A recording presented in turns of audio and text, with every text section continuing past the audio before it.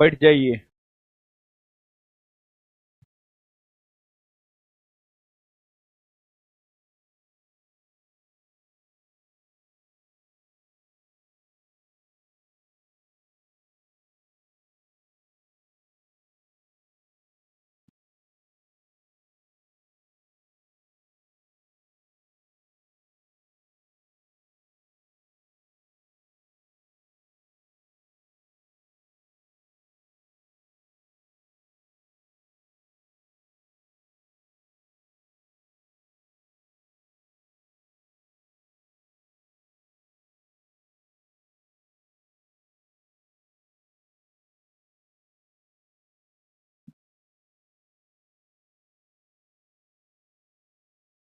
चलिए, आइए।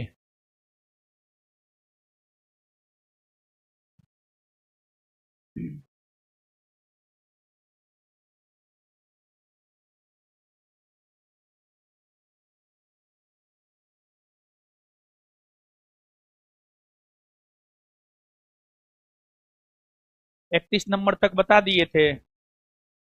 आए? अरे हाँ या ना, कुछ तो बोलिए। हाँ।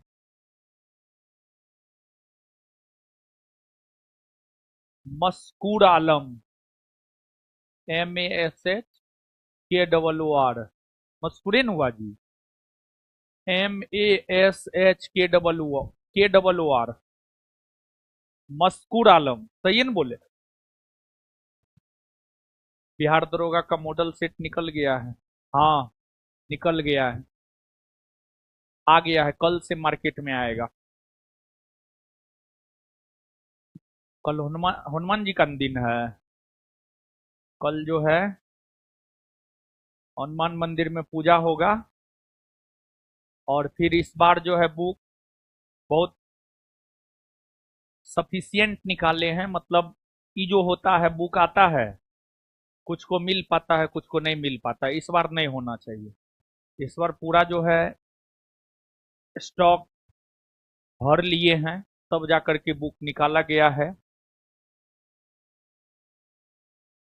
प्रैक्टिस सेट है।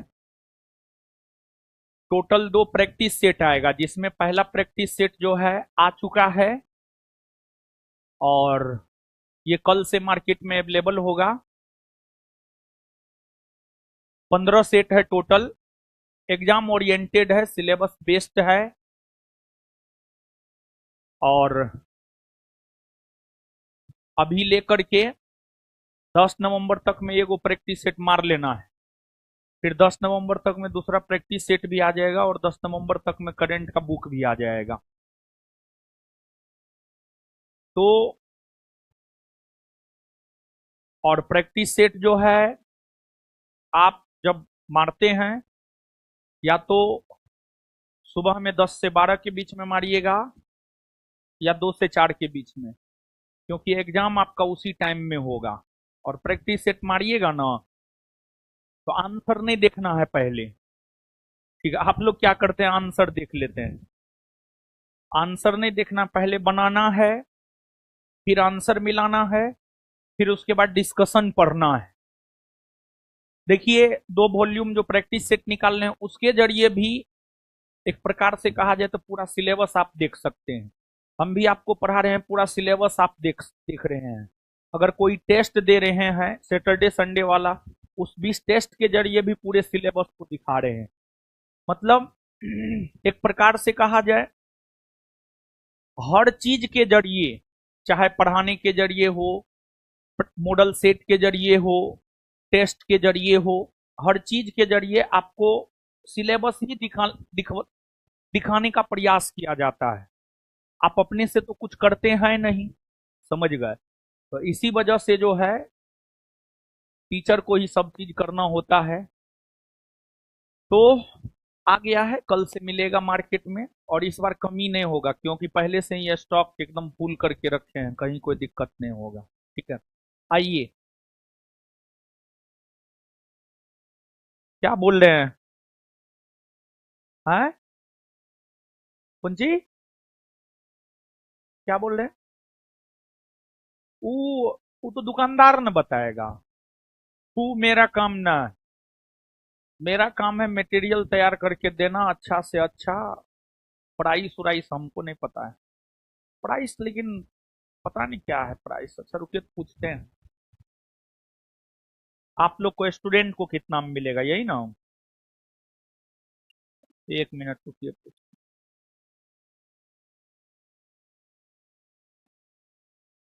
हल्ला मत कीजिए। हल्ला नहीं कीजिए बाबू। हल्ला नहीं कीजिए बाबू। पूछते हैं एक मिनट।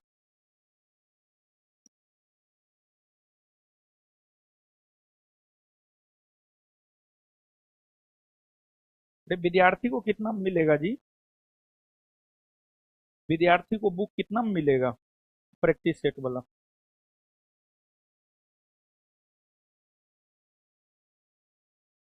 हाँ। ओ कंफर्म है आप?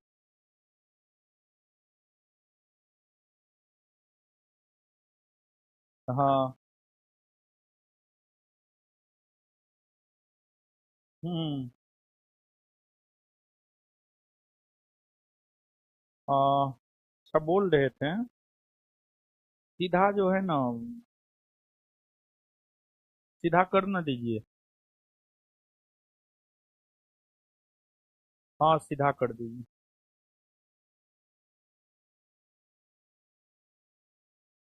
ये 170 बोल रहे हैं, हम सीधा 150 करवा दे रहे हैं। ठीक है। 150। ठीक। सबको बोल दीजिएगा 150। उससे ज्यादा हम नहीं देगा। ठीक।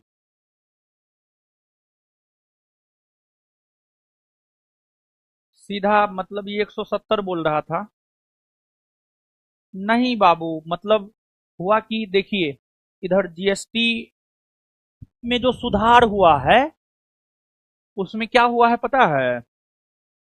इधर जीएसटी में जो सुधार हुआ है, पहले कागज जो है, कागज पर जीएसटी था 12%। अब कागज पर जीएसटी हो गया सीधे 18%। ठीक है। तो मतलब 20 रुपया घटाए हैं इसमें, मतलब घाटा तो हम ही को लग जाएगा। ठीक है। ये पब्लिकेशन वाला था। इसको हम बोले हैं तो फिर बाद में हमको कम देगा ही। ठीक है। अच्छा ठीक है। 150 कर दिए, 150। और अरे अरे आप देखिएगा ना, मतलब ना पॉसिबल नहीं। जितना आप बोल रहे हैं ना उतना नहीं है पॉसिबल।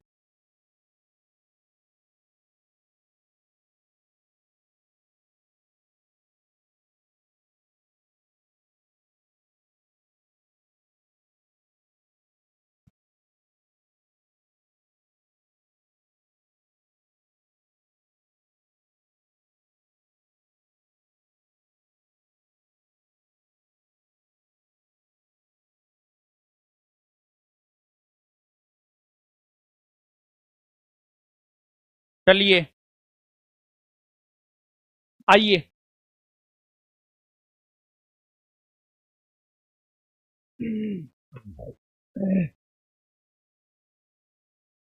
32। निम्नलिखित में से कौन सा कथन सत्य है?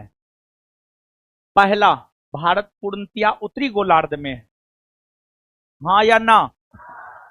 हाँ। आपको हम कई दफा बताए हैं, पृथ्वी के केंद्र से होकर 0 डिग्री अक्षांश रेखा गुजरती है। इसके ऊपर जाते हैं उत्तरी गोलार्ध, नीचे आते हैं दक्षिणी गोलार्ध। भारत 0 डिग्री अक्षांश रेखा के ऊपर है, यानी उत्तर में है। यानी भारत उत्तरी गोलार्ध में है।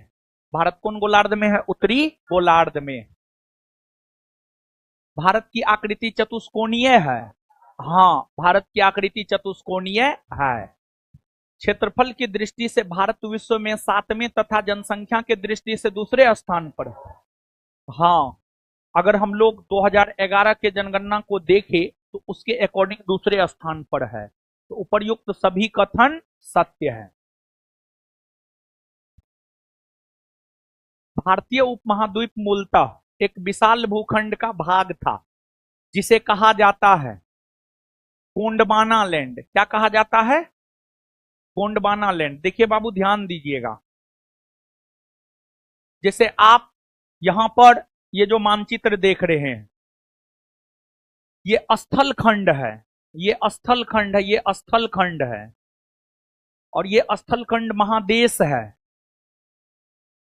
आज आप देख रहे हैं सब महादेश अलग अलग है, लेकिन आज से जब करोड़ों वर्ष पूर्व कार्बोनिफेरस युग में जाइएगा, तो ये जो सभी महादेश थे आपस में एक दूसरे से सटे हुए थे, और जब ये सभी महादेश आपस में एक दूसरे से सटे हुए थे तो उसे नाम दिया गया था पेंजिया।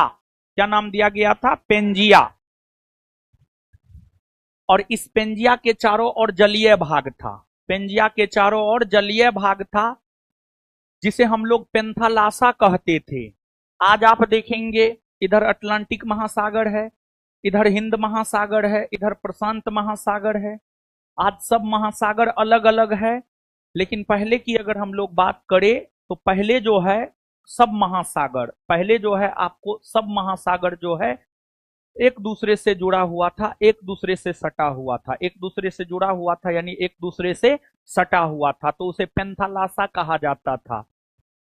तो आज से करोड़ों वर्ष पूर्व कार्बोनिफेरस युग में सभी स्थलखंड आपस में एक दूसरे के साथ जुड़े हुए थे, जिसे पेंजिया कहा जाता था, और पेंजिया के चारों तरफ जो जलीय भाग था उसे कहा जाता था पेंथालासा। क्या कहा जाता था? पेंथालासा। पेंजिया में विखंडन हुआ, पेंजिया दो भागों में बटा, पेंजिया का कुछ हिस्सा उत्तर की ओर खिसका और कुछ हिस्सा दक्षिण की ओर खिसका। पेंजिया का जो हिस्सा उत्तर की ओर खिसका उसको कहा गया लॉरेंसिया या अंगारा लैंड। पेंजिया का जो हिस्सा उत्तर की ओर खिसका उसको कहा गया लॉरेंसिया या अंगारा लैंड, और जो हिस्सा दक्षिण की ओर खिसका उसे कहा गया गोंडवाना लैंड। क्या कहा गया? गोंडवाना लैंड। और आगे चलकर जब गोंडवाना लैंड में विखंडन हुआ तो गोंडवाना लैंड में विखंडन होने के बाद भारत बना। गोंडवाना लैंड में विखंडन होने के बाद भारत बना। ये जो हमने आपको गोल घेरा है यही आपको भारत है। ये जब भारत के स्थल खंड का सृजन हुआ था, प्रारंभिक दौर का भारत जो है इस प्रकार का दिखता था, प्रारंभिक दौर का भारत जो है इस प्रकार का दिखता था। तो जो भारत है यह गोंडवाना लैंड का हिस्सा था। भारत किसका हिस्सा? गोंडवाना लैंड का। और एक बात जानिए बाबू आप, दक्षिणी अमेरिका महादेश है, अफ्रीका महादेश है, मेडागास्कर है, भारत है, ऑस्ट्रेलिया है, अंटार्कटिका है, ये सब गोंडवाना लैंड का हिस्सा है। दक्षिणी अमेरिका है, अफ्रीका है, मेडागास्कर है, भारत है, ऑस्ट्रेलिया है, अंटार्कटिका है, ये सब गोंडवाना लैंड का हिस्सा है। वही लॉरेंसिया या अंगारा लैंड की अगर हम लोग बात करें तो उत्तरी अमेरिका हो गया, उत्तरी अमेरिका के बाद यूरोप हो गया, एशिया हो गया, ये सभी अंगारा लैंड या लॉरेंसिया का हिस्सा है, अंगारा लैंड या लॉरेंसिया का हिस्सा है। तो भारतीय उपमहाद्वीप मूलतः एक विशाल भूखंड का भाग था जिसे कहा जाता है गोंडवाना लैंड। भारत में निम्नलिखित में से किस राज्य की तटरेखा सबसे लंबी है? लास्ट क्लास में डाटा दिए थे ना, क्या होगा? गुजरात ना? सबसे छोटी गोवा ना? गुजरात नए आंकड़ा के अनुसार कितना किलोमीटर का सीमा बनाता? 2340, 2340 किलोमीटर, 2340 किलोमीटर की सीमा बनाता है। तो आंसर क्या हो जाएगा? गुजरात। भारतीय भूमि का सर्वाधिक उत्तरी भाग यानी भारत का सबसे उत्तरी बिंदु कौन है? भारत का सबसे उत्तरी बिंदु है इंदिरा कौल। इंदिरा कौल कौन है? इंदिरा कौल। और इंदिरा कौल लद्दाख में न है हो, इंदिरा कौल लद्दाख में है, और इंदिरा कौल लद्दाख में 37 डिग्री 6 मिनट उत्तरी अक्षांश रेखा पर है। 37 डिग्री 6 मिनट उत्तरी अक्षांश रेखा 37 डिग्री 6 मिनट उत्तरी अक्षांश रेखा, 37 डिग्री 6 मिनट उत्तरी अक्षांश रेखा पर है। श्रीलंका को भारत से पृथक करती है, श्रीलंका को भारत से अलग करती है मन्नार की खाड़ी। कौन करती है? मन्नार की खाड़ी।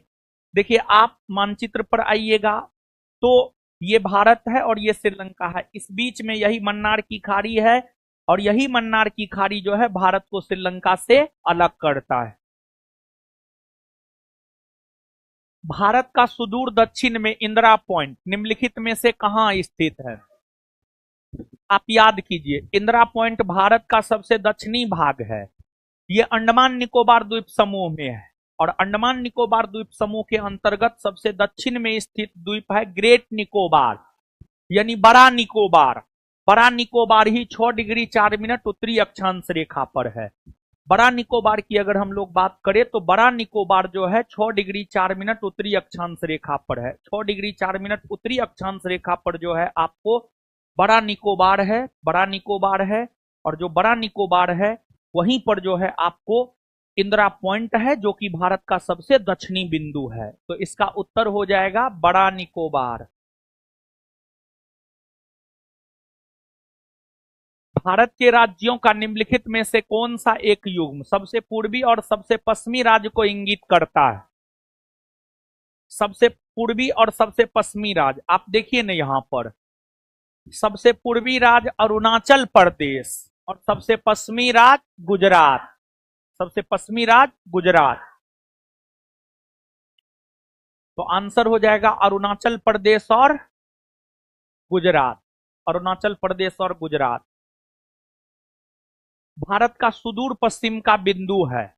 भारत का सुदूर पश्चिम का बिंदु अगर देखा जाए, यानी सबसे पश्चिमी बिंदु अगर देखा जाए, तो गुजरात में है 68 डिग्री 7 मिनट पूर्वी देशांतर रेखा गुहार मोती। गुजरात में स्थित गुहार मोती, गुजरात में स्थित गुहार मोती भारत का सुदूर सबसे पश्चिमी बिंदु है, जो 68 डिग्री 7 मिनट पूर्वी देशांतर रेखा पर स्थित है। 68 डिग्री 7 मिनट पूरब गुजरात में। आंसर सी होगा। है ए नंबर में देखिए, बहुत विद्यार्थी तो ए ही मार देता। लेकिन आप हमको एक बात बताइए, भारत पूर्वी देशांतर में है कि पश्चिमी देशांतर? पूर्वी देशांतर ना, तो भारत पूर्वी देशांतर में है। तो 68 डिग्री 7 मिनट पूर्व में गुजरात में, 68 डिग्री 7 मिनट पूर्व में गुजरात में। भारत का वह कौन सा स्थान है जहां बंगाल की खाड़ी, अरब सागर तथा हिंद महासागर मिलते हैं?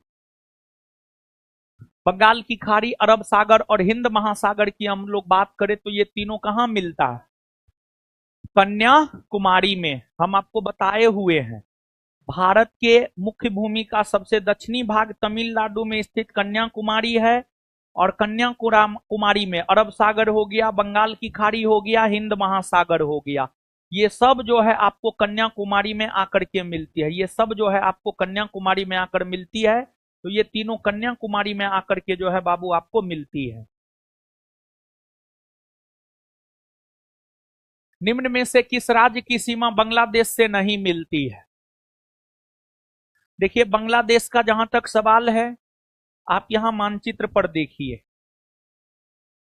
देखिए बाबू, भारत 7 देशों के साथ स्थलीय सीमा बनाती है, जिसमें भारत सबसे लंबी स्थलीय सीमा बांग्लादेश के साथ बनाती है। जिसमें भारत जो है सबसे लंबी स्थलीय सीमा अगर देखें तो भारत सबसे लंबी स्थलीय सीमा जो है आपको बांग्लादेश के साथ बनाती है। ये बांग्लादेश की सीमा है, और बांग्लादेश की ये सीमा है जो 4096 किलोमीटर है। 4096 किलोमीटर, 4096 किलोमीटर की सीमा जो है बांग्लादेश भारत के साथ बनाती है। और इसके अंतर्गत अगर देखा जाए, 5 भारतीय राज्य है। कितने भारतीय राज्य? 5 भारतीय राज्य है जो बांग्लादेश के साथ सीमा बनाती है। उसमें एक पश्चिम बंगाल है, दूसरा असम है, तीसरा मेघालय है, चौथा त्रिपुरा है, और पांचवा, यही 5 ऐसे राज्य है जो बांग्लादेश के साथ सीमा बनाती है। पहला पश्चिम बंगाल, दूसरा असम, तीसरा मेघालय, चौथा त्रिपुरा और पांचवा मिजोरम। पांचवा मिजोरम। और बांग्लादेश के साथ सबसे लंबी सीमा बनाती है पश्चिम बंगाल। कौन बनाती है? बांग्लादेश के साथ सबसे लंबी सीमा पश्चिम बंगाल बनाती है। तो अब बताइए क्या होगा उत्तर? मणिपुर ना, मणिपुर। और मानचित्र पर आप देखिएगा तो यहां पर एक भारतीय राज्य है त्रिपुरा, और देखिए मणिपुर, मणिपुर यहां है।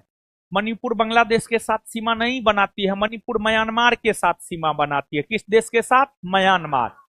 और यहां पर एक भारतीय राज्य है ये त्रिपुरा। त्रिपुरा को अगर आप देखेंगे तो त्रिपुरा उत्तर में हो गया, दक्षिण में हो गया, पश्चिम में हो गया। त्रिपुरा तीन तरफ जो है बांग्लादेश के साथ सीमा बनाती है। तो त्रिपुरा एक ऐसा भारतीय राज्य है जो तीन तरफ बांग्लादेश के साथ सीमा बनाती है। त्रिपुरा एक ऐसा भारतीय राज्य है जो तीन तरफ बांग्लादेश के साथ सीमा बनाती है। बांग्लादेश की सीमा से लगे भारत के राज्य है।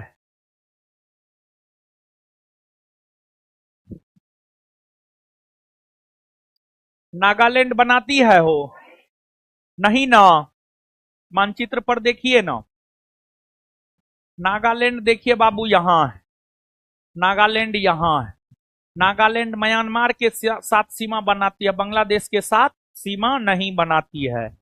तो नागालैंड के वजह से ऑप्शन ए खत्म हो जाएगा, ऑप्शन बी भी नागालैंड के वजह से ही खत्म हो जाएगा, और ऑप्शन डी भी नागालैंड के वजह से ही खत्म हो जाएगा। तो बचा कौन? सी। तो बांग्लादेश की सीमा से लगे भारत के राज्य है मेघालय, असम, पश्चिम बंगाल और त्रिपुरा। निम्नलिखित में से किस भारतीय राज्य की सीमाएं भूटान राष्ट्र के साथ नहीं मिलती है? तो देखिए, अगर आप मानचित्र पर आइएगा तो यहां जो है आपको भूटान है, भूटान देखिए, भूटान है ही। और भूटान की अगर हम लोग बात करें तो भारत के साथ भूटान 699 किलोमीटर की सीमा बनाता है, 699 किलोमीटर। भारत के साथ भूटान जो है 699 किलोमीटर की सीमा बनाता है। भारत के साथ भूटान जो है 699 किलोमीटर की सीमा बनाता है। भूटान अरुणाचल प्रदेश के साथ सीमा बनाता है, असम के साथ सीमा बनाता है, पश्चिम बंगाल के साथ सीमा बनाता है, और सिक्किम के साथ सीमा बनाता है। तो भूटान, अरुणाचल प्रदेश, असम, पश्चिम बंगाल और सिक्किम। तो भूटान भारत के साथ कितना किलोमीटर का सीमा बना है? 600। और भूटान के साथ कितना भारतीय राज्य सीमा बना? कौन कौन? अरुणाचल प्रदेश, असम, पश्चिम बंगाल और अरुणाचल प्रदेश, असम, पश्चिम बंगाल और क्या होगा उत्तर? मेघालय। मेघालय होगा। अगर मेघालय को देखा जाए तो मेघालय जो है बाबू आपको यहां है, मेघालय, मेघालय ही है। मेघालय यानी मेघों का घर। मेघालय जो है बांग्लादेश के साथ सीमा बनाती है, भूटान के साथ सीमा नहीं बनाती है। आंसर मिल गया ना? कौन से भारतीय राज्य की अधिकतम सीमा म्यांमार से स्पर्श करती है? देखिए बाबू, ध्यान दीजिएगा, आपको जो है म्यांमार की अगर हम लोग बात करें, म्यांमार भारत के साथ अगर देखा जाए तो म्यांमार जो है भारत के साथ 1643 किलोमीटर की सीमा बनाता है। म्यांमार जो है, म्यांमार अगर देखा जाए भारत के साथ, म्यांमार अगर भारत के साथ देखा जाए तो भारत के साथ जो है म्यांमार 1643 किलोमीटर की सीमा बनाता है, जिसमें म्यांमार 4 भारतीय राज्यों के साथ सीमा बनाता है, जिसमें एक भारतीय राज्य है अरुणाचल प्रदेश, दूसरा है नागालैंड, तीसरा है मणिपुर, चौथा है मिजोरम।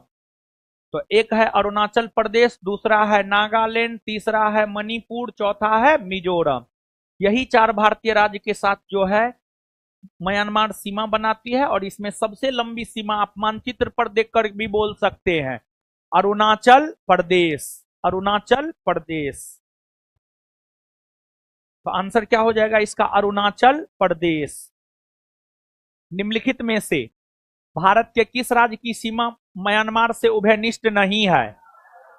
असम ना। असम म्यांमार के साथ सीमा बनाती है? नहीं। असम देखिए ना, असम की अगर हम लोग बात करें तो असम जो है बाबू आपको ये है, असम की सीमा ये है। और असम की अगर हम लोग बात करें तो जो असम है बांग्लादेश के साथ सीमा बनाती है, भूटान के साथ सीमा बनाती है।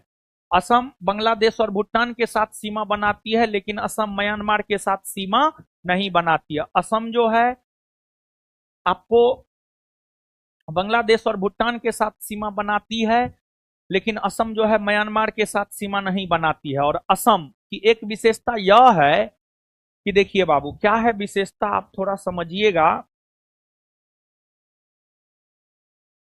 असम एक ऐसा उत्तर पूर्व का राज्य है जो अरुणाचल प्रदेश, नागालैंड, मणिपुर, मिजोरम, त्रिपुरा, मेघालय, देखिए बाबू बात ऐसन है, एगो सेवन सिस्टर है, 7 बहनों वाली राज्य।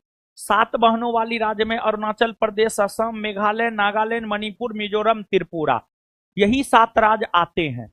और इन 7 राज्यों में असम एक ऐसा राज्य है जो बाद बाकी 6 राज्य के साथ सीमा बनाता है, बाद बाकी 6 राज्य के साथ सीमा बनाता है। सेवन सिस्टर के अंतर्गत जो 7 राज्य आते हैं, उन 7 राज्यों में एक तो असम है। असम सेवन सिस्टर के अंतर्गत आने वाले अन्य 6 राज्यों के साथ जो है आपको सीमा बनाता है। भारत के निम्नलिखित राज्यों के समूहों में से कौन सा समूह पाकिस्तान से सीमा बनाता है? देखिए बाबू, अगर हम लोग पाकिस्तान की बात करें,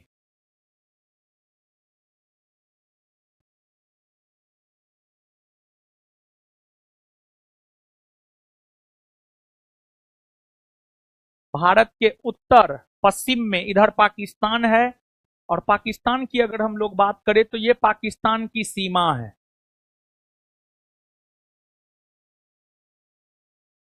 पाकिस्तान की सीमा है।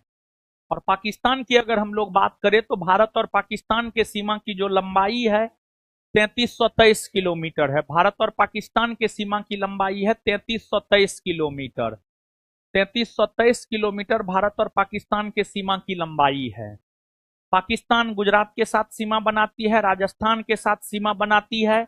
और एक बात जानिए बाबू आप, क्षेत्रफल के आधार पर भारत का सबसे बड़ा राज्य राजस्थान है, और पाकिस्तान सबसे लंबी सीमा राजस्थान के साथ ही बनाता है। लेकिन आतंकवादी गतिविधियां राजस्थान में भी मिलता है, परंतु कम मिलता है। सबसे ज्यादा आतंकवादी गतिविधियां कश्मीर में मिलता है, जबकि कश्मीर छोटी सीमा बनाती है। लेकिन इसके बावजूद देखिए बात क्या है कि राजस्थान का पश्चिमी भाग रेगिस्तानी है, ठीक है, रेगिस्तानी है।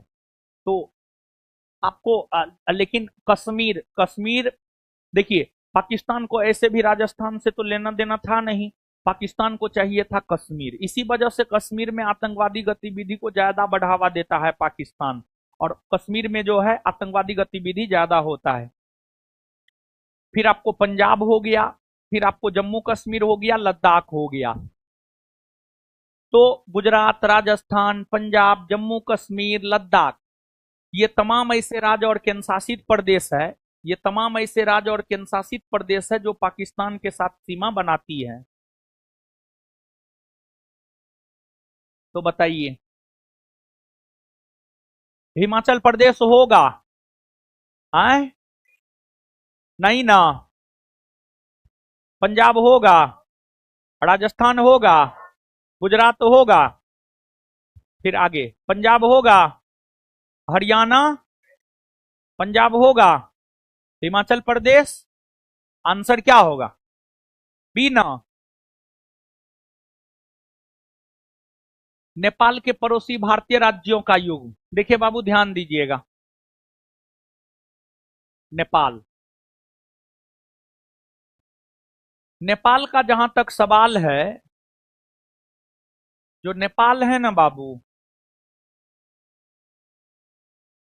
नेपाल का जहां तक सवाल है, नेपाल जो है आपको भारत के उत्तर में है। नेपाल का जहां तक सवाल है, नेपाल भारत के उत्तर में है। और नेपाल आपको अगर देखा जाए तो नेपाल और भारत के स्थलीय सीमा की लंबाई है 1751 किलोमीटर। यानी नेपाल भारत के साथ जो है 1751 किलोमीटर की सीमा बनाता है। नेपाल भारत के साथ अगर देखा जाए तो नेपाल भारत के साथ जो है 1751 किलोमीटर की सीमा बनाता है। नेपाल जो है भारत के साथ 1751 किलोमीटर की सीमा बनाता है, जिसमें नेपाल 5 भारतीय राज्यों के साथ सीमा बनाता है। नेपाल जो 5 भारतीय राज्यों के साथ सीमा बनाता है, उत्तराखंड 1, उत्तर प्रदेश 2, बिहार 3, पश्चिम बंगाल 4 और सिक्किम 5। सिक्किम 5। तो सिक्किम, पश्चिम बंगाल, बिहार, उत्तर प्रदेश, उत्तराखंड, यही 5 भारतीय राज्य के साथ तो नेपाल सीमा बनाती है। तो अब आप हमको बताइए कि इसका उत्तर क्या होना चाहिए। सिक्किम और बिहार। आपको ए नंबर इसलिए नहीं होगा क्योंकि भूटान भारतीय राज्य है जी नहीं। और असम और बिहार, असम और बिहार इसलिए नहीं होगा क्योंकि असम नेपाल के साथ सीमा। उत्तर प्रदेश और हरियाणा इसलिए नहीं होगा क्योंकि हरियाणा नेपाल के साथ सीमा।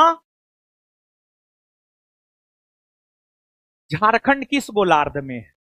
देखिए एक बात बताइए, भारत उत्तरी गोलार्ध में है, तो भारत का सब राज्य क्या दक्षिणी गोलार्ध में चल जाएगा? तो झारखंड पूछे, बिहार पूछे, पश्चिम बंगाल पूछे, उत्तर प्रदेश पूछे, उत्तराखंड पूछे, जम्मू कश्मीर पूछे, तमिलनाडु पूछे, गुजरात पूछे, अरुणाचल प्रदेश पूछे, कुछ भी पूछे, तो वह जो है आपको उत्तरी गोलार्ध में है। क्या हो जाएगा? उत्तरी गोलार्ध। तो आंसर हो जाएगा उत्तरी गोलार्ध। भारत के भौगोलिक मानचित्र कौन तैयार करता है? भारत का भौगोलिक मानचित्र तैयार करता है भारतीय सर्वेक्षण विभाग। भारतीय सर्वेक्षण विभाग, ऑप्शन बी में विभाग जोड़ लीजिएगा, भारतीय सर्वेक्षण विभाग। भारतीय सर्वेक्षण विभाग। भारतीय सर्वेक्षण विभाग नामक संगठन भारत के भौगोलिक मानचित्र को तैयार करता है और इस विभाग की स्थापना हुई है 1767 ईस्वी में। 1767 ईस्वी में, 1767 ईस्वी में जो है बाबू इसका गठन हुआ है। और अगर देखा जाए तो जो भारतीय सर्वेक्षण विभाग है यह भारत सरकार के विज्ञान, या भारत सरकार के विज्ञान एवं प्रौद्योगिकी, विज्ञान एवं प्रौद्योगिकी मंत्रालय के अधीन, विज्ञान एवं प्रौद्योगिकी मंत्रालय के अधीन काम करता है। यह भारत सरकार के विज्ञान एवं प्रौद्योगिकी मंत्रालय के अधीन आने वाला विभाग है। जैसे सीबीआई हो गया, सेंट्रल ब्यूरो ऑफ इन्वेस्टिगेशन, केंद्रीय जांच ब्यूरो, ये भारत सरकार के गृह मंत्रालय के अधीन काम करता है। भारत सरकार के गृह मंत्रालय के अधीन काम करता है। उसी प्रकार जो भारतीय सर्वेक्षण विभाग है यह भारत सरकार के विज्ञान एवं प्रौद्योगिकी मंत्रालय के अधीन काम करता है। भारत के लिए समुद्री मार्ग की खोज का श्रेय जाता है, भारत के लिए समुद्री मार्ग की खोज का श्रेय जाता है पुर्तगाली को। पुर्तगाली को जाता है। पुर्तगाली यात्री वास्को डिगामा हुए जिन्होंने 1498 ईस्वी में भारत के लिए समुद्री मार्ग की खोज किया।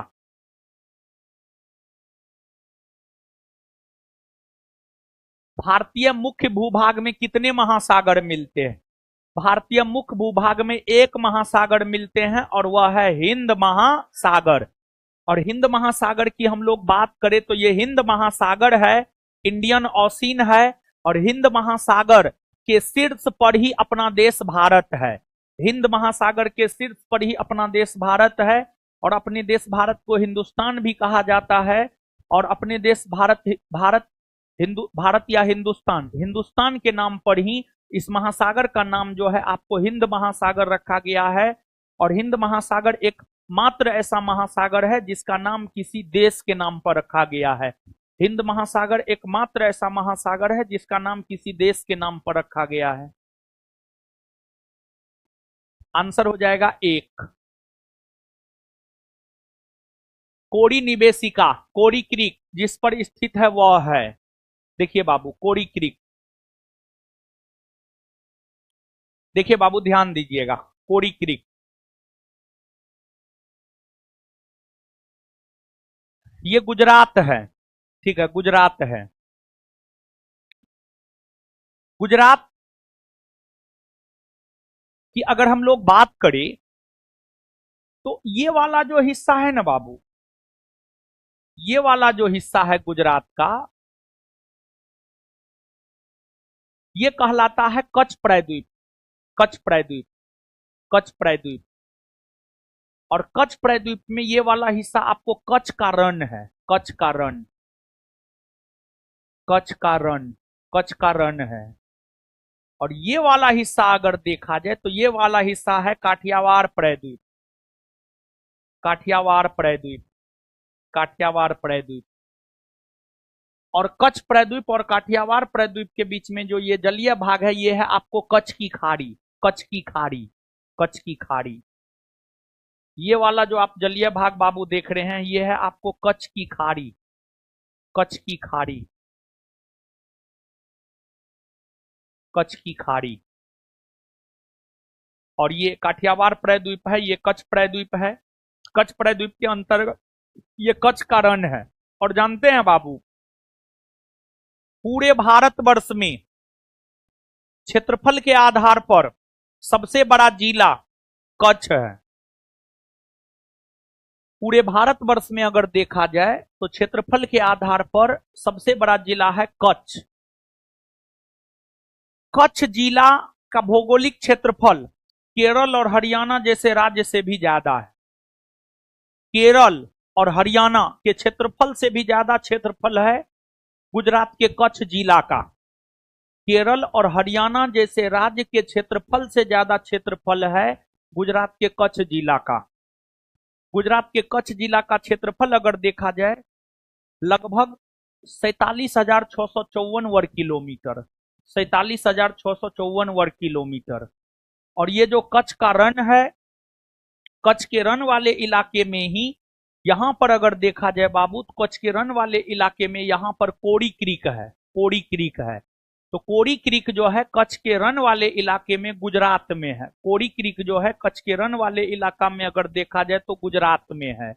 तो कच्छ की खाड़ी में है, खंभात की खाड़ी में है, कच्छ के लिटिल रन में है, कच्छ के रन में है। उत्तर हो जाएगा कच्छ का रण, कच्छ का रण। भौगोलिक क्षेत्र की दृष्टि से भारत के निम्न जिलों में से कौन सा जिला सबसे बड़ा है? कच्छ, गुजरात का कच्छ जिला। भारत किस गोलार्ध में स्थित है? भारत जो है उत्तरी गोलार्ध और पूर्वी देशांतर, उत्तरी गोलार्ध और पूर्वी देशांतर, उत्तरी पूर्वी। निम्नलिखित में से किस राज्य की सीमा से राजस्थान सटा हुआ नहीं है? राजस्थान सटा हुआ नहीं है। देखिए बाबू आप ध्यान दीजिएगा, ये राजस्थान है अपना, जो कि क्षेत्रफल के आधार पर भारत का सबसे बड़ा राज्य है। ये राजस्थान की सीमा है। और राजस्थान की सीमा अगर देखा जाए गुजरात के साथ सीमा बनाती है, मध्य प्रदेश के साथ सीमा बनाती है, उत्तर प्रदेश के साथ सीमा बनाती है, हरियाणा के साथ सीमा बनाती है और पंजाब के साथ सीमा बनाती है। तो राजस्थान जो है 5 भारतीय राज्य के साथ सीमा बनाती है, गुजरात, मध्य प्रदेश, उत्तर प्रदेश, हरियाणा और पंजाब। अब अगर ऑप्शन हम लोग देखें क्या होगा? महाराष्ट्र ना। संघ शासित प्रदेश दादर और नागर हवेली भारत में निम्न में से किन राज्यों के बीच अवस्थित है? दादर नागर हवेली कहां है जी? दादर नागर हवेली यहां है बाबू, आपको दादर नागर हवेली, ठीक है। दादर नागर हवेली, दमन और दीव, दादर नागर हवेली, दादर नागर हवेली यहां है, ठीक है, यहां है। गुजरात और महाराष्ट्र के बीच में है, गुजरात और महाराष्ट्र के बीच में। तो ऑप्शन अगर देखा जाए तो क्या होगा? गुजरात व महाराष्ट्र, गुजरात व महाराष्ट्र। निम्नलिखित में से कौन सा राज्य पहले नेफा के नाम से जाना जाता था?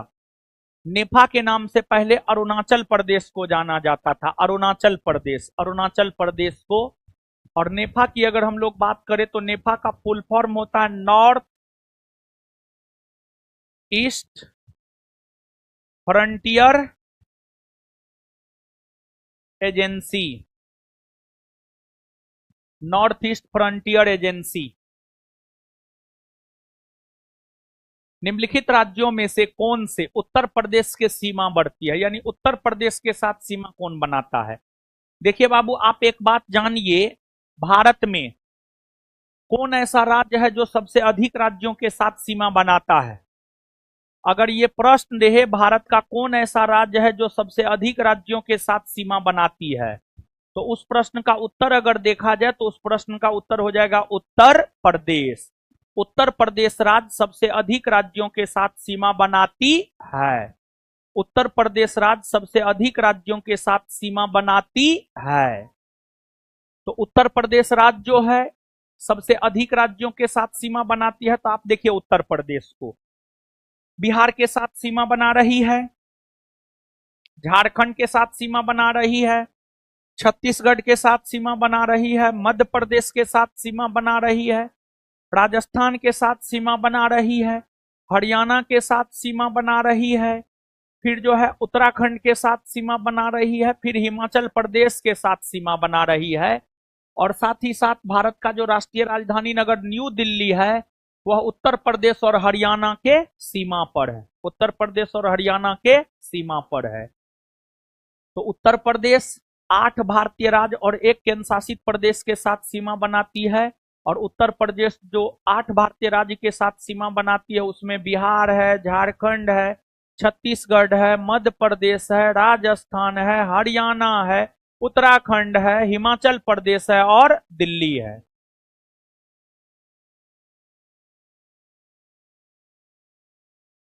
पंजाब के साथ बनाती है, देखिए ना, पंजाब के साथ बनाती है। पंजाब की ये सीमा है, पंजाब के साथ सीमा नहीं बनाती है। राजस्थान, राजस्थान, छत्तीसगढ़, झारखंड देखिए, राजस्थान के साथ बनाती है, छत्तीसगढ़ के साथ बनाती है, झारखंड के साथ बनाती है। तो उत्तर क्या हो जाएगा? 2, 3 और 4। पोर्ट ब्लेयर स्थित है। देखिए बाबू ध्यान दीजिएगा, आपको जो अंडमान निकोबार द्वीप समूह है, अंडमान निकोबार द्वीप समूह की अगर हम लोग बात करें तो ये अंडमान निकोबार द्वीप समूह है। इसमें द्वीपों की संख्या नया आंकड़ा के अनुसार अगर देखा जाए तो 800 से भी अधिक है।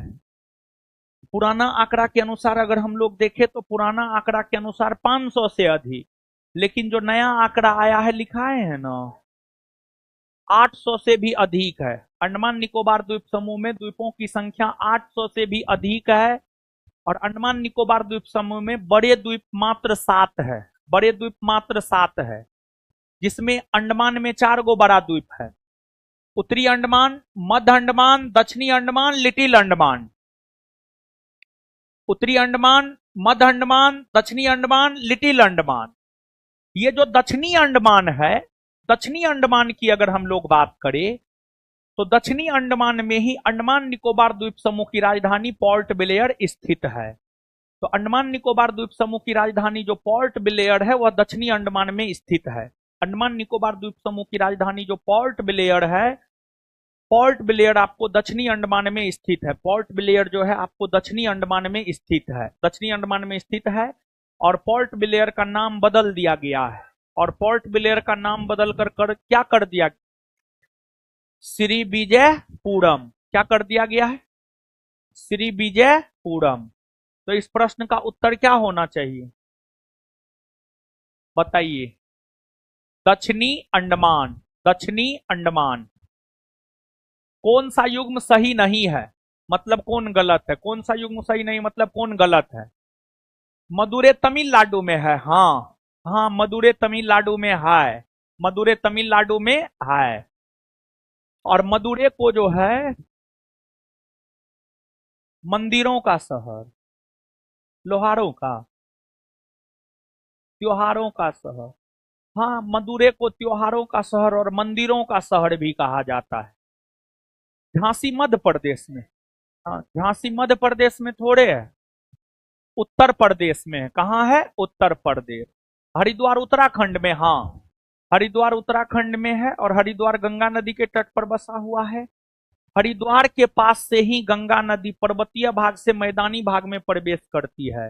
हरिद्वार के पास से ही गंगा नदी पर्वतीय भाग से मैदानी भाग में प्रवेश करती है। अलवर राजस्थान में है। हाँ, आंसर हो जाएगा बी। बी नंबर सही सुमेलित नहीं है। कौन सा राज्य उत्तरी पूर्वी राज्य की 7 बहनों का भाग नहीं है? हम आपको बताए हैं ना, सेवन सिस्टर के अंतर्गत बाबू अगर देखा जाए तो सेवन सिस्टर के अंतर्गत जो है अरुणाचल प्रदेश, असम, मेघालय, नागालैंड, मणिपुर, मिजोरम, त्रिपुरा, ये 7 राज्य है जो कि सेवन सिस्टर के अंतर्गत आता है। भले पश्चिम बंगाल और सिक्किम उत्तरी पूर्वी भाग में हो, लेकिन ये सब सेवन सिस्टर के अंतर्गत नहीं आता है। तो आंसर हो जाएगा इसका पश्चिम बंगाल। भारतीय प्राचीन सुपर महाद्वीप गोंडवाना लैंड का भाग था। इसमें वर्तमान समय का निम्न भूभाग शामिल था। अभी से तुरंत थोड़ा देर पहले हम आपको बताए हैं। हम आपको क्या बताए थे? हम आपको ये बताए थे कि आज से करोड़ों वर्ष पूर्व जब सभी स्थलखंड आपस में एक दूसरे से सटे हुए थे तो उसे पेंजिया कहा गया। पेंजिया में जब विखंडन हुआ तो अंगारा लैंड और गोंडवाना लैंड बना। भारत गोंडवाना लैंड का हिस्सा है और गोंडवाना लैंड के अंतर्गत भारत ही नहीं बल्कि मेडागास्कर द्वीप हो गया, अफ्रीका महादेश हो गया, दक्षिणी अमेरिका महादेश हो गया, ऑस्ट्रेलिया महादेश हो गया, अंटार्कटिका महादेश हो गया। ये तमाम ऐसे महादेश है जो गोंडवाना लैंड के अंतर्गत आता है। हाँ या ना? तो आप हमको बताइए, दक्षिणी अमेरिका गोंडवाना लैंड में आता है? हाँ। अफ्रीका? हाँ। ऑस्ट्रेलिया? हाँ। आंसर क्या हो जाएगा? ये सभी। भारत के किस प्रदेश की सीमाएं 3 देशों क्रमशः नेपाल, भूटान एवं चीन से मिलती है? कौन ऐसा भारतीय राज्य है जो नेपाल, भूटान, चीन से मिलती है? नेपाल, भूटान, चीन। नेपाल, भूटान और चीन से कौन मिलती है?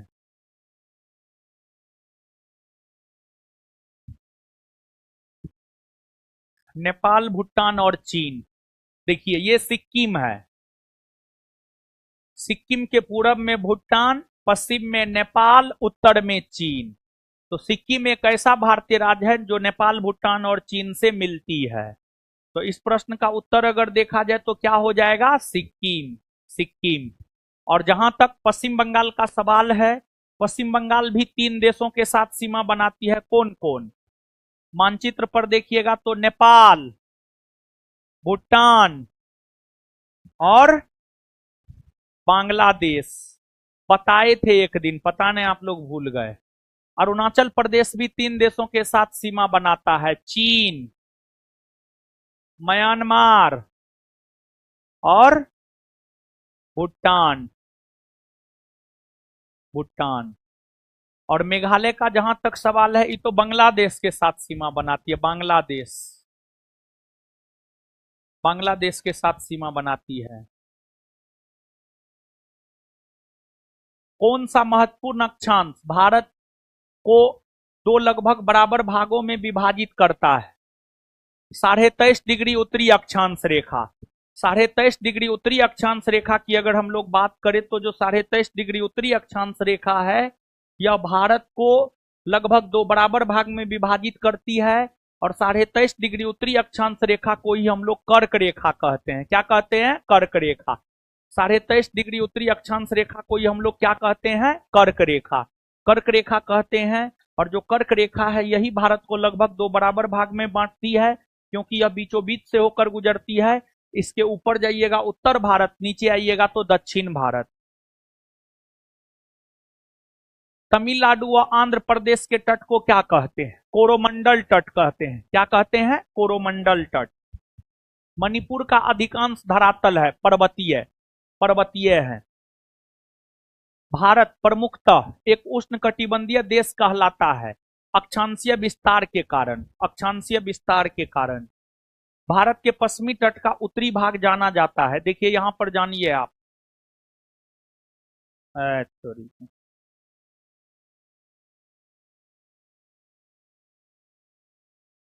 देखिए बाबू ध्यान दीजिएगा।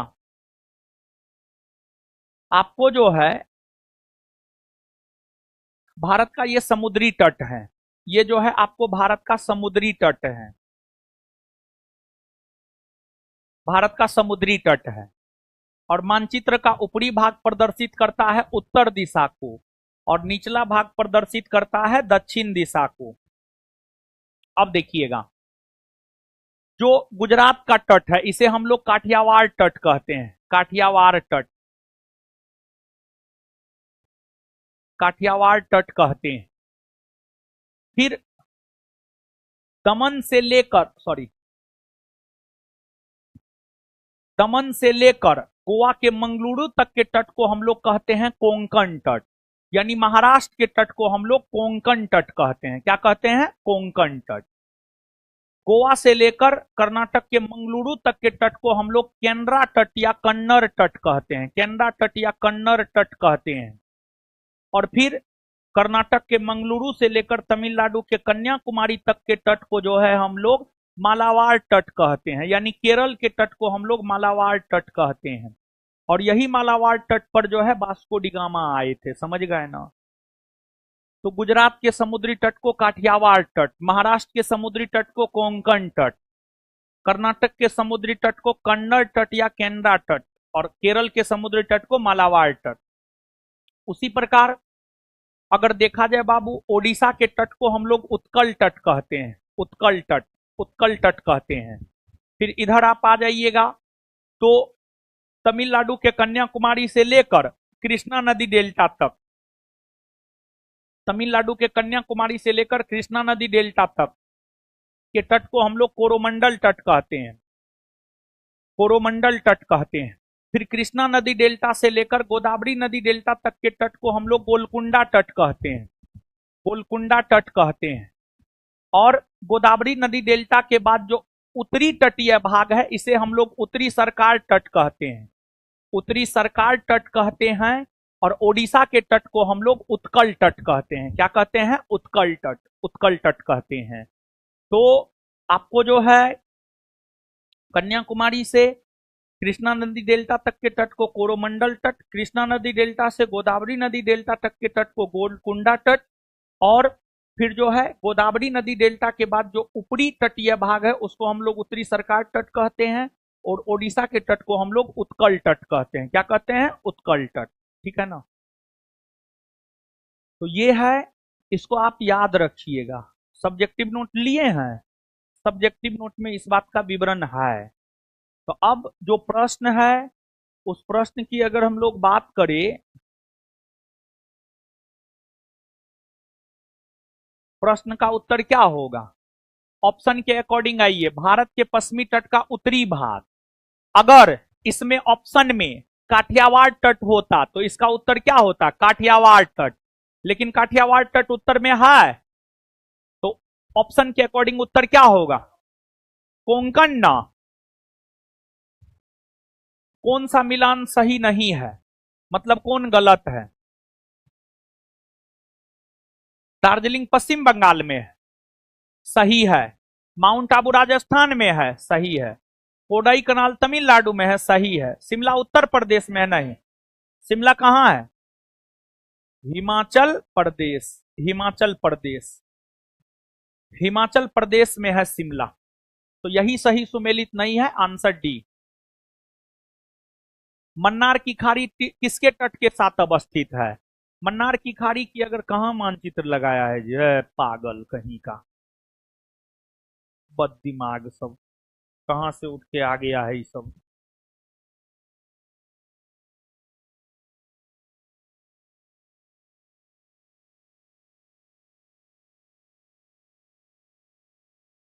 देखिए, हम आपको थोड़ा देर पहले भी बताए हुए थे, जो मन्नार की खाड़ी है, तमिलनाडु और श्रीलंका के बीच में मन्नार की खाड़ी है।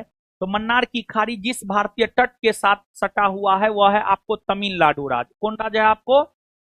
तमिलनाडु राज्य। तमिलनाडु राज्य।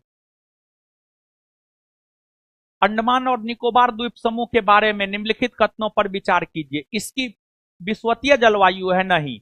अंडमान निकोबार द्वीप समूह का जो जलवायु है उष्ण कटिबंधीय आर्द्र जलवायु है। उष्ण कटिबंधीय आर्द्र जलवायु। अंडमान निकोबार द्वीप समूह की जलवायु उष्ण कटिबंधीय आर्द्र जलवायु है। उष्ण कटिबंधीय आर्द्र जलवायु है। भारत में यह एकमात्र स्थान है जहां ज्वालामुखी अवस्थित है। हाँ, अंडमान निकोबार द्वीप समूह में ज्वालामुखी है। एक बेड़न ज्वालामुखी है, सक्रिय है, और एक नारकोंडम है जो कि सुसुप्त ज्वालामुखी है। तो अंडमान निकोबार द्वीप समूह में ज्वालामुखी है। अंडमान निकोबार द्वीप समूह एक ज्वालामुखीय द्वीप है। यहाँ पर एक सक्रिय ज्वालामुखी है उसका नाम है बेरन, और एक सुषुप्त ज्वालामुखी है उसका नाम है नारकोंडम, उसका नाम है नारकोंडम। तो अंडमान निकोबार द्वीप समूह में जो है बेरन और नारकोंडम नामक ज्वालामुखी है, बेरन सक्रिय और नारकोंडम सुषुप्त। भारत में यह एकमात्र स्थान है जहां प्रवाल संस्तर पाया जाता है। हाँ हाँ के साथ जाना होगा। प्रवाल संस्तर यानी प्रवाल भित्ति। लेकिन जानते हैं बाबू, सिर्फ अंडमान निकोबार द्वीप समूह में प्रवाल नहीं पाया जाता है। आपको अंडमान निकोबार द्वीप समूह के साथ साथ जो है प्रवाल भित्ति लक्षद्वीप में भी पाया जाता है। लेकिन ऑप्शन अगर केवल दो होता, केवल दो किसी में है ये ना है, ठीक है, तो ऐसा कीजिए, यह एकमात्र स्थान है ना, ऐसा तो है नहीं। लक्षद्वीप में भी प्रवाल है, लक्षद्वीप तो प्रवाल भित्ति द्वारा ही निर्मित द्वीप है, प्रवाल जीव के मरने से उसके अवशिष्ट से ही जाकर के लक्षद्वीप बना है, ठीक है। तो ऐसा कीजिए ना, डी को केवल एक के जगह केवल दो कीजिए, तब इसको काट दीजिए।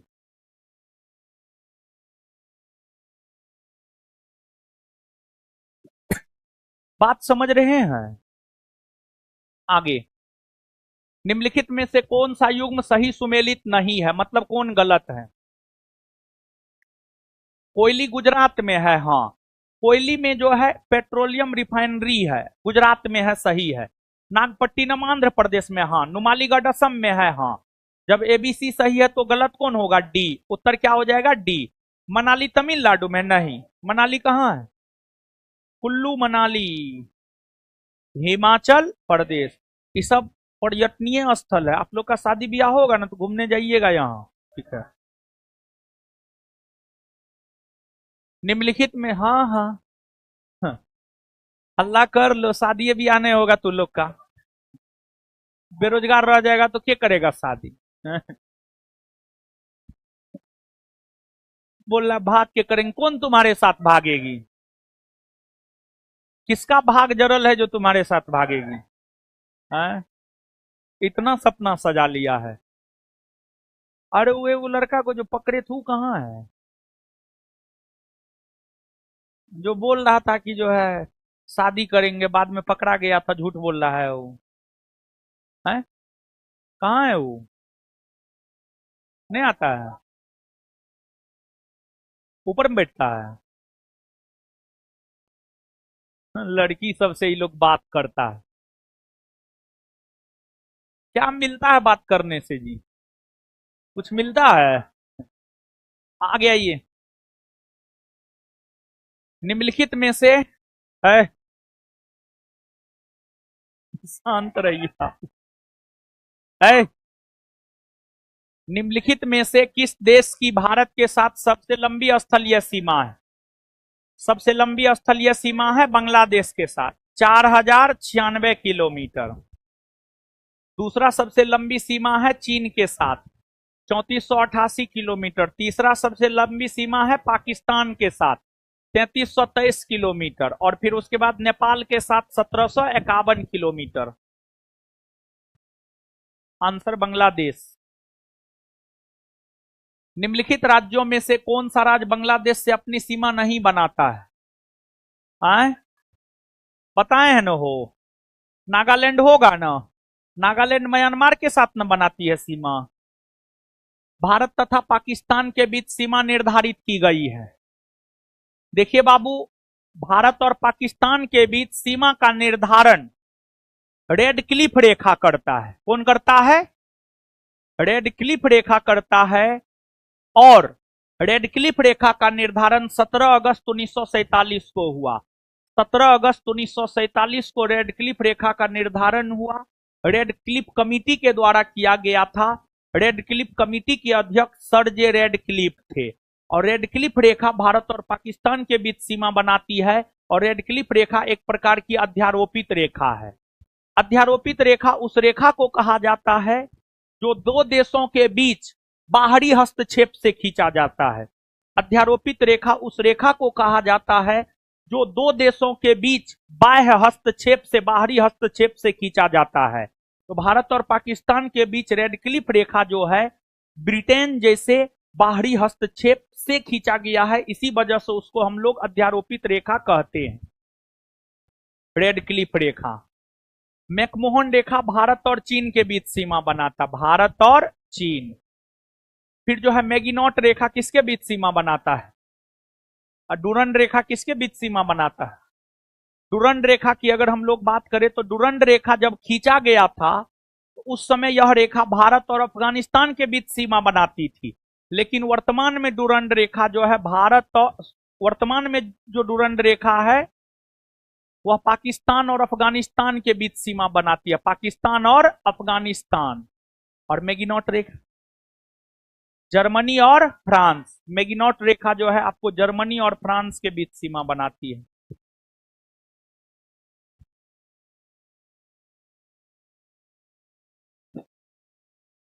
डूरंड लाइन किसके साथ भारत की सीमा निर्धारित करती है, जब खींचा गया था तो अफगानिस्तान के साथ, लेकिन वर्तमान में पाकिस्तान और अफगानिस्तान के साथ।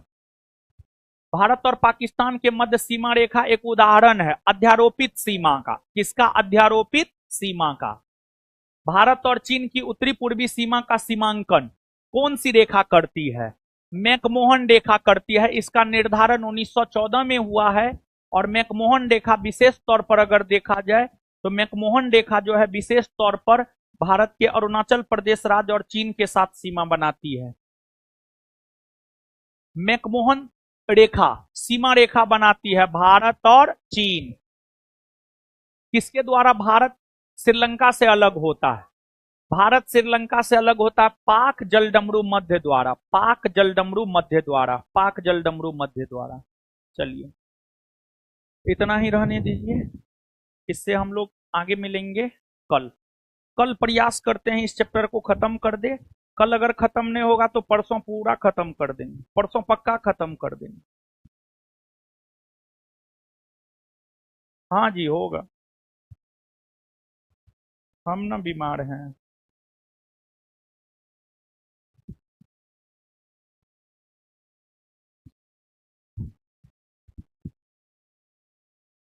नहीं होता है सब भीतर,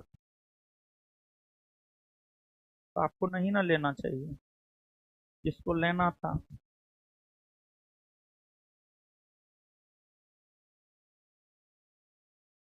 तो उस पर लिखाया उखाया नहीं ना है कुछ, तो उस पर पेन नहीं ना चलाएं, पे पेन नहीं ना चलाएं। ठीक है, ठीक है, बोल देंगे जाइए। अपना काम अपना कीजिए, दूसरे को मत, दूसरे का काम मत अथी उठाइए।